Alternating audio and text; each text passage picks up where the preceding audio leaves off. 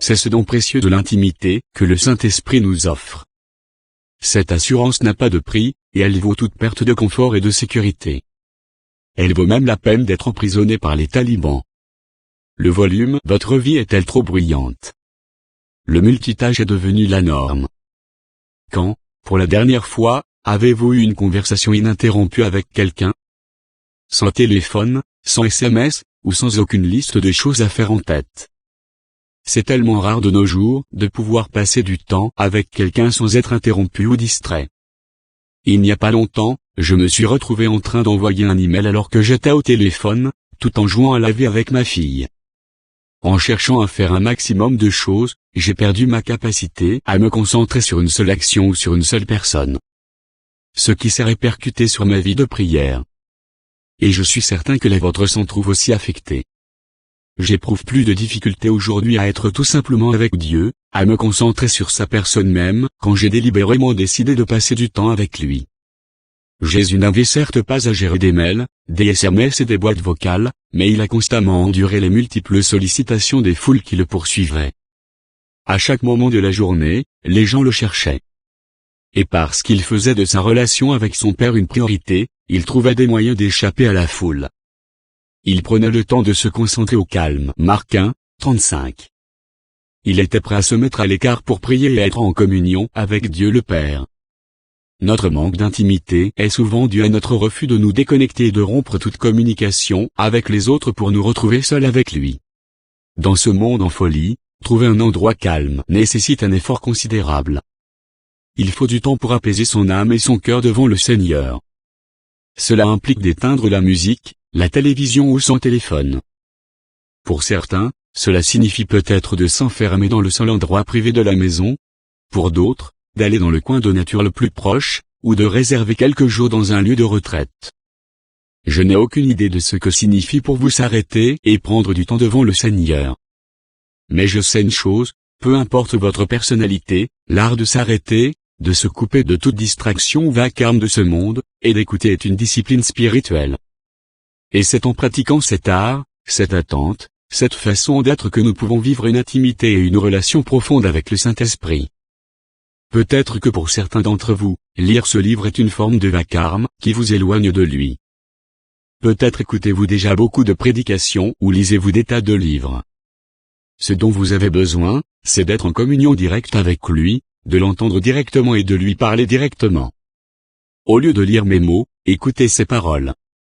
Maintenant, je veux que vous fassiez une pause, ouvrez votre Bible et lisez les chapitres 14 à 16 de l'Évangile selon Jean.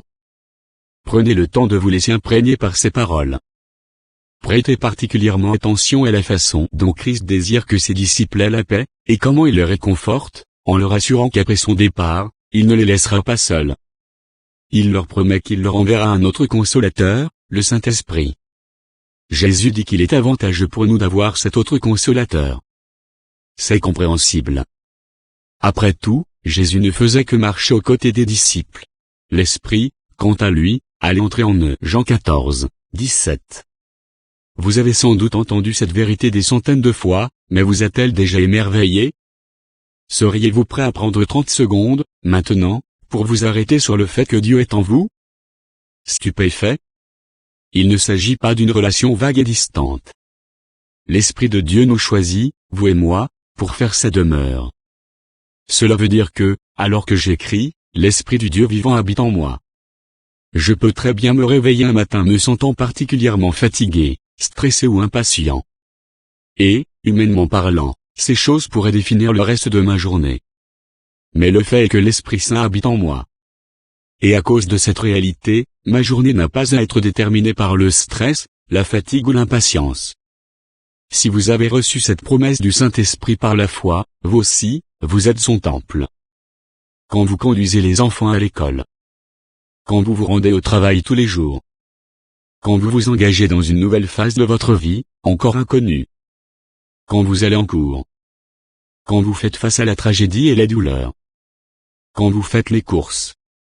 Quand vous vous impliquez dans différentes relations. Quand vous promenez le chien. Quand vous prenez des décisions. Quand vous vivez votre vie, le Saint-Esprit demeure en vous. Ne passez pas à côté de cette réalité. elle ne peut pas être traitée comme un sujet banal, suffisamment intéressant pour lui accorder quelques minutes, mais sans jamais prendre le temps de l'étudier en profondeur. Vous êtes le temple du Saint-Esprit. Vous n'êtes pas juste en train de vivre votre vie par vos propres forces. L'Esprit de Dieu est en vous. C'est la raison pour laquelle Jésus disait qu'il valait mieux qu'il s'en aille et que l'Esprit vienne. Ne vous éloignez pas de cette vérité. Plongez dedans et laissez-la vous marquer en profondeur, d'abord intérieurement, puis extérieurement. Ces chapitres de Jean dépeignent la compassion et l'intérêt que Jésus manifesta envers ses disciples. Ils ne sont qu'un petit exemple de la relation profonde et de l'amour sans bornes qui pousse Dieu à interagir avec nous. Christ nous a achetés de la malédiction de la loi, étant devenu malédiction pour nous.